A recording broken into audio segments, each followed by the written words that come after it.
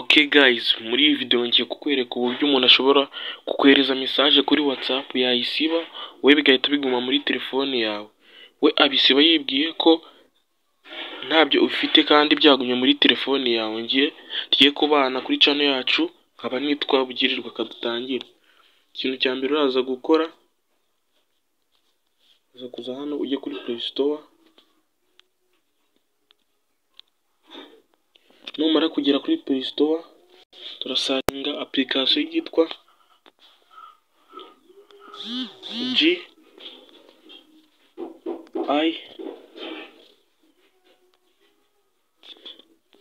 Recover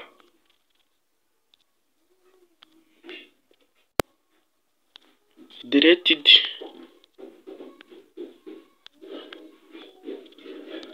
Messages. Tumara twemeze akaba ari iya mbere, turahita tuyemeza tuyishyire muri telefone yacu.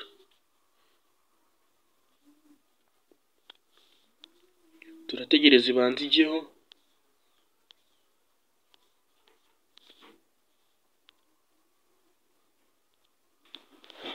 Turategereza na application ibanze ijyeho. Nimara kujyamo, ikintu cya mbere turahita dukora,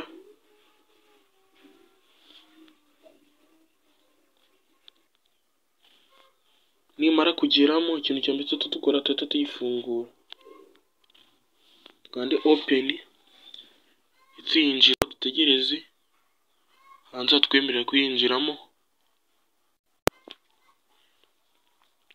Iyi application ikintu gufasha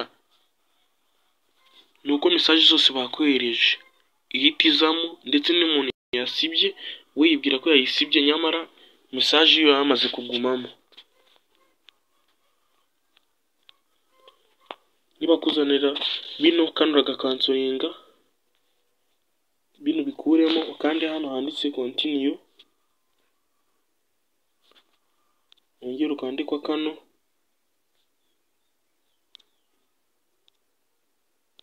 dukomeze, ongere n'ubundi dukande.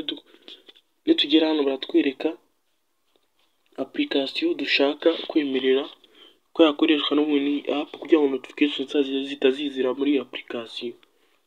Cyangwa ko twebwe turi gukoresha WhatsApp, niyo turaza tugahitamo, turaza tuyemerere tuyikandeho gutya, dukanda hano hasi handitse ngo start.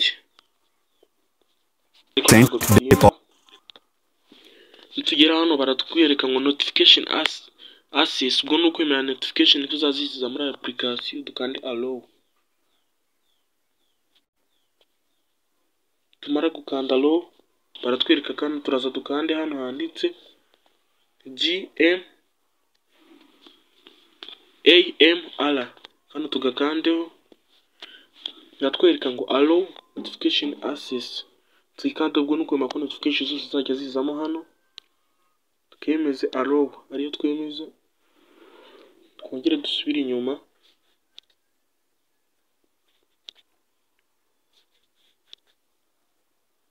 tuze na hano storage access, dukande allow nabyo tubyemere ko notification zizajya zizamo hano, dukande allow. Bivuze ngo notification, amafoto, video byose bizajya bizamo hano byavuye kuri WhatsApp. Barahita batwereka ngo use this folder, dukande hano. Ibyumba byose bya hano nyine byo muri WhatsApp, ama audio uri kubona ko handitse ama audio, video, voice call, video call n'ibindi n'ama image, ko byose bizajya bizamo hano. Twemeze allow. Kandi bari kutubwira ngo deleted media, ariko uri kubona ko hano message batangiye kutwohereza muri WhatsApp zatangiye kuzana. Bivuze ngo na hano umuntu aramutse asibye message tayari zahita zitangira kuza hano muri media. Nimba ubonye ino video hari icyo yagufashije, kanda subscribe, like, unakore share. Nimba hari ikindi ushaka ko nakwigisha umbwire muri comment, nzakikubwire muri video y'ubutaha.